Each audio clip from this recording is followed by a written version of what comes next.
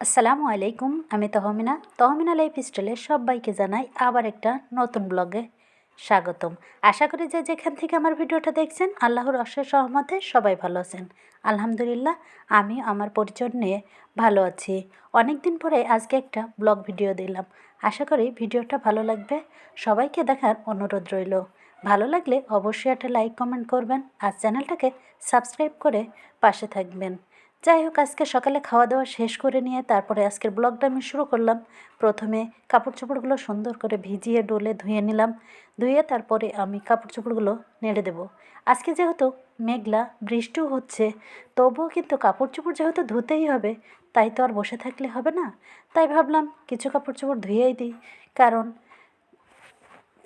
কাপড় চোপড় ঘরে রাখলে আমার কাছে মনে হয় যেন ঘর আরও নোংরা হয়ে যায়। যাই হোক, ধোয়াধুয়িতে শেষ। মেঘলা অবস্থায় মাঝে মধ্যে একটু রোদ হচ্ছে। এবার কিন্তু অনেক সুন্দর ঝলমলা রোদ বেরিয়েছে। আমি সেই রোদটাকে কাজে লাগিয়ে নিলাম।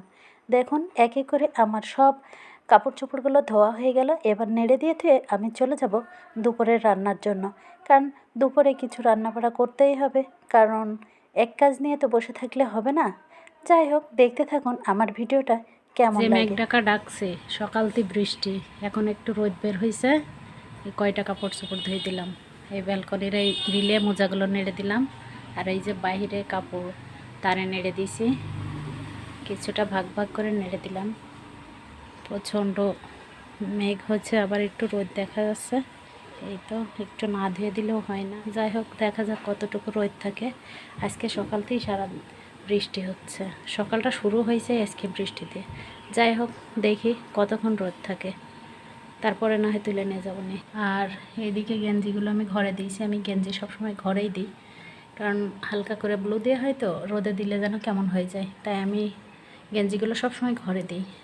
মেঘ আবার হয়ে আসলো, দেখা যাক কত দূর রোদ থাকে। কাপড় চোপড় নেড়ে চলে আসলাম আমি রান্নাঘরে। এই তো রসুনগুলো আমি কেটে নিয়েছি, কিছুটা শাকও কেটে নিয়েছি, আর কিছু শাক রয়েছে ওগুলোও কেটে নেবো। যাই হোক, কেটে বেছে পরিষ্কার করে নিই, তারপরে রান্নায় ফিরে আসছি। এমন হয়েছে শাক ভাজিটা, কেমন হয়েছে একেবারে দেখতে লোভনীয় না? এবার আমি মাংসটাও চাপিয়ে দিয়েছি, মাংসটাও ওদিকে হচ্ছে। দেখি কোন পর্যায়ে হলে মাংসটা। মাংসটা প্রায় কষানোর মতো হয়ে এসছে। এবার আমি হলুদটা দিয়ে দেবো, যেহেতু হলুদ ছাড়া আমি কিন্তু ম্যারিনেট করে রেখে দিয়েছিলাম। এবার একটু হলুদটা দিয়ে ভালোভাবে কষিয়ে নেব। হলুদটা দিয়ে নিলাম, নিয়ে ভালোভাবে সুন্দর করে এবার মিশিয়ে নেব হলুদটা।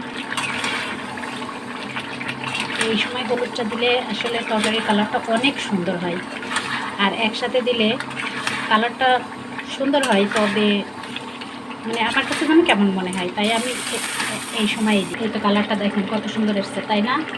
ছেলে একটু লালচে কালার খেতে পছন্দ করে, ছেলের বাবা একটু সাদাতে, তাই আমি কম্বিনেশন রেখে এইভাবেই হলুদ দিয়ে কালারটা নিয়ে আসি। মাংসের কালার আসলে একটু সুন্দর না হলে খেতেও মনে হয় না ভালো হয়। এইটা আমার কষানো হয়ে গেছে, এবার আমি ঝোল দিয়ে দেবো।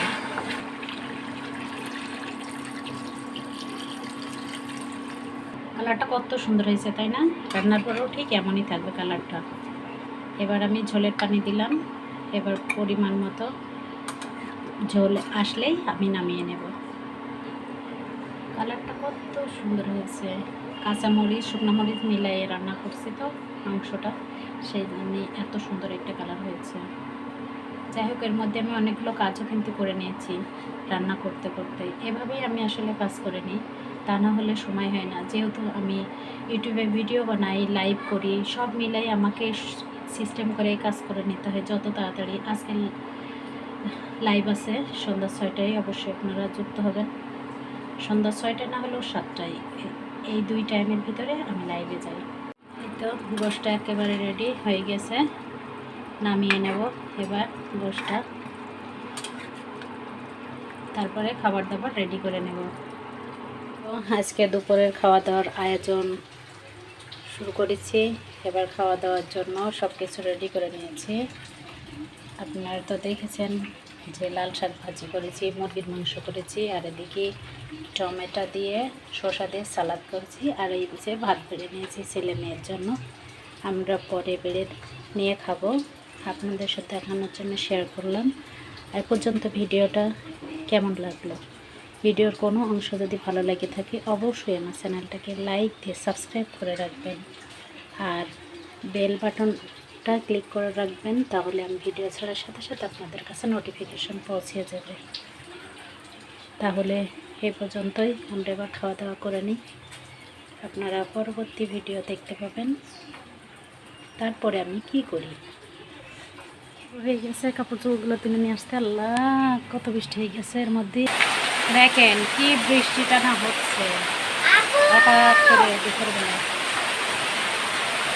দেখেন কি বৃষ্টি হচ্ছে, আজকে সারাদিনই বৃষ্টি, সকাল থেকে বৃষ্টি শুরু হয়েছে।